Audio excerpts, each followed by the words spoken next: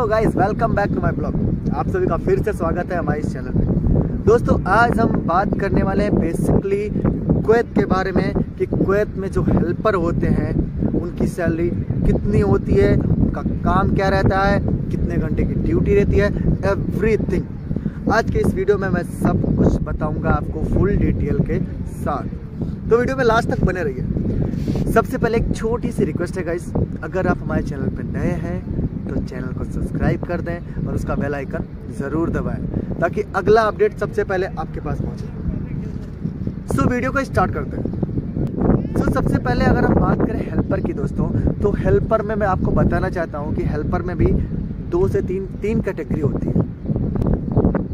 पहला helper, normal helper, दूसरा labour और तीसरा मैकेनिकल हेल्पर।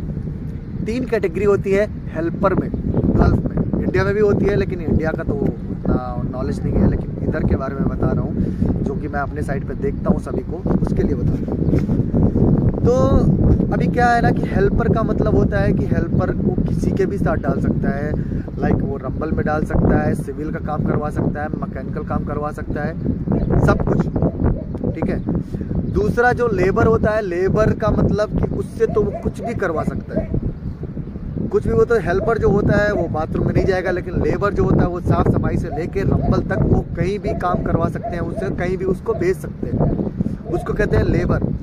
और जो मैकेनिकल हेल्पर होता है, मैकेनिकल हेल्पर का मतलब ये होता है कि वो ओनली मैकेनिकल के साथ में काम करेगा। वो अगर चाहे, मान लिया कि कोई कंपनी ऐसी मिलती है जहाँ पे उसको मैकेनिकल हेल्पर है लेकिन उसको रंबल में डाल रहे हैं कि सिविल का काम करना है या उधर रंबल में जाके कुछ साफ सफाई करना है, कुछ भी अगर वो बंदा चाहेगा तो वो फाइट कर सकता है, वो लड़ सकता है, वो बोल सकता है कि मेरा ट्रेड ये है मैकेनिकल हेल्पर और मैं मैकेनिकल हेल्पर में आया हूँ और मैं लेबर का काम या सिविल का काम नहीं करूँगा। वो मना कर सकता है, उसकी अथॉरिटी होती है। लेकिन ये काम लेबर और जो नॉर्मल हेल्पर होता है वो लोग नहीं कर सकते हैं, उनको ये काम करना पड़ेगा। अब बात करें इनकी सैलरी के बारे में। सो गाइस, इनकी सैलरी में कोई डिफरेंट नहीं होता है। पहले जो कुवैत में आते थे हेल्पर लोग, उनकी सैलरी पहले स्टार्टिंग होती थी 70 KD, 70 से 75। ओके, पहले की आई मीन 1 ईयर पहले की, जब मैं इधर आया तभी हेल्पर की सैलरी इतनी होती थी। लेकिन अभी इस ईयर में 2023 में लेबर की, हेल्पर की और मैकेनिकल हेल्पर की, ये तीनों की सैलरी तो पहली बात सेम होती है, काम अलग अलग होता है। काम अलग किसका होता है? ओनली मैकेनिकल हेल्पर का। बाकी दोनों हेल्पर का सेम होता है। हाँ, लेबर से कुछ भी करवा सकते हैं, बाकी जो हेल्पर नॉर्मल होता है वो भी मना कर सकता है कि मैं बाथरूम में नहीं जाएगा या हाउस कीपिंग नहीं करेगा, इधर का झाड़ू नहीं लगाएगा, इन सब चीज़ों के लिए वो मना कर सकता है। बट काम उनका होता है। हेल्पर का मतलब हेल्पर होता है, वो किसी के भी साथ में लगा सकते हैं। मैकेनिकल हेल्पर जो होता है वो सिर्फ मैकेनिकल काम कर सकता है, बाकी सभी लोग से कुछ भी करवा सकता है। तो मैं तो यही बोलूँगा कि पहली बात तो अगर आना है तो हेल्पर ही में मत आओ। 1 साल 1.5 साल लगता है। आपको नहीं मालूम है ट्रेड, मैं बताएगा किस ट्रेड से आप ट्रेडिंग कर सकते हैं, आपका बजट कितना है आप मुझे कमेंट में बताइए, मैं आपको पूरी डिटेल दूंगा, क्योंकि मैं भी बड़ोदरा से ट्रेडिंग करके तभी आया इधर, ठीक है। उसके बारे में मैं आपको बताऊँगा। अच्छा, रही बात इनकी सैलरी की, सैलरी तीनों की सेम रहती है।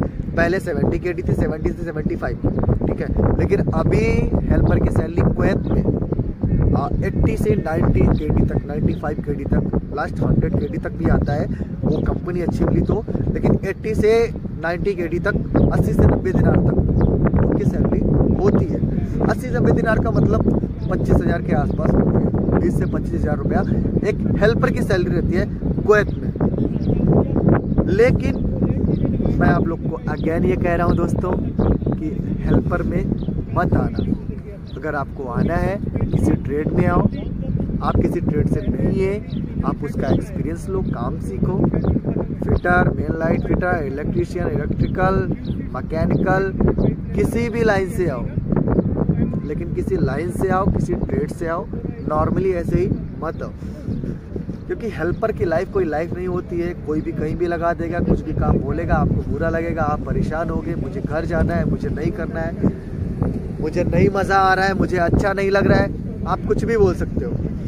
सो इसके लिए मैं आपको यही सजेशन दूंगा कि आना है तो किसी ट्रेड से आओ, चाहे आप नॉर्मली ड्राइविंग से आ जाओ, सबसे इजी तो ड्राइवर का होता है। आप ड्राइविंग सीख लो, उसके बाद लाइसेंस रेडी कर लो अपना, ड्राइविंग से आ जाओ। 1 ईयर 6 मंथ ओल्ड लाइसेंस ले लेता है, ऐसा कुछ नहीं है कि हाँ 2-3 साल का एक्सपीरियंस लेगा, ले लेता है। तो आप ड्राइविंग से आ सकते हो, नहीं तो आपका 6 महीना 1 साल का ट्रेनिंग होता है, 3 महीने का भी ट्रेनिंग होता है। किस लाइन से आपको आना है आप मुझे बताओ कमेंट बॉक्स में, मैं आपको पूरी जानकारी दूंगा कहाँ पे इंस्टीट्यूट है, कहाँ पे होता है, सब कुछ, जहाँ से मैंने खुद की ट्रेनिंग की थी। सो आज की वीडियो में इतना ही, मिलेंगे अगले वीडियो में फिर कुछ नया लेके, तब तक के लिए धन्यवाद, जय हिंद।